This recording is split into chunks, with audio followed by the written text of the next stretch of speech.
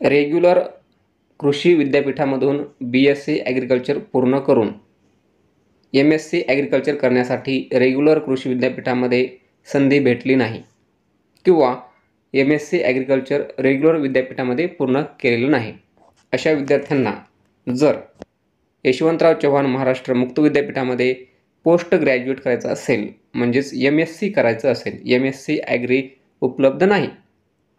MSc agree तर यशवंतराव चव्हाण महाराष्ट्र मुक्त विद्यापीठामध्ये उपलब्ध नाहीच, परंतु काही MSc कोर्सेसला यशवंतराव चव्हाण महाराष्ट्र मुक्त विद्यापीठामध्ये प्रवेश घेता येतो. मग हे कोणते MSc कोर्सेस आहेत ज्यामध्ये BSc ॲग्रिकल्चरच्या विद्यार्थ्यांना प्रवेश घेता येतो, याची चर्चा आपण मित्रांनो या व्हिडिओमध्ये करणार आहोत.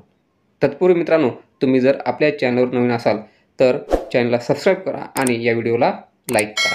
मित्रांनो, तुम्हाला यशवंतराव चव्हाण महाराष्ट्र मुक्त विद्यापीठामध्ये MSc करायची असेल तर तुम्ही एन्व्हायरमेंटल सायन्स, बॉटनी आणि झुलॉजी हे 3 सब्जेक्ट निवडू शकता. या 3 सब्जेक्टमध्ये तुम्ही MSc करू शकता. आता मित्रांनो, आता या 3 सब्जेक्टमध्ये MSc केल्यानंतर याचा जो दर्जा आहे आणि जो MSc ॲग्रिकल्चरचा दर्जा आहे, तुमच्या मनात शंका असेल की हा दर्जा सेम आहे, हा दर्जा सेम असेल का?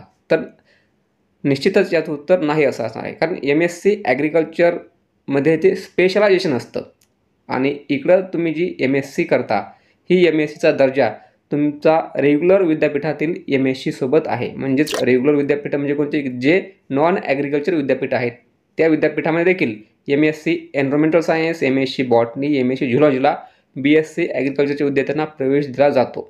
तसाच त्याच कोर्सेसला प्रवेश हा मुक्त विद्यापीठात भेटतो.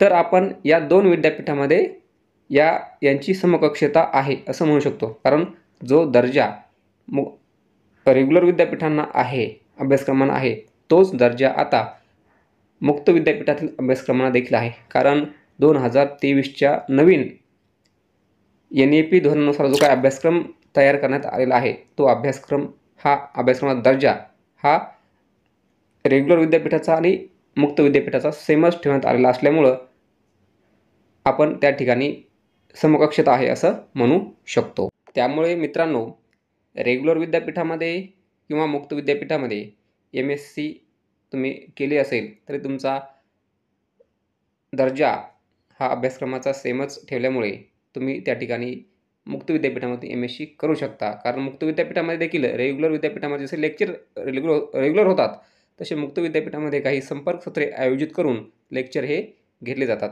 आणि अभ्यासक्रम हा आवश्यक तेवढा पूर्ण केलेला असतो. थँक्यू.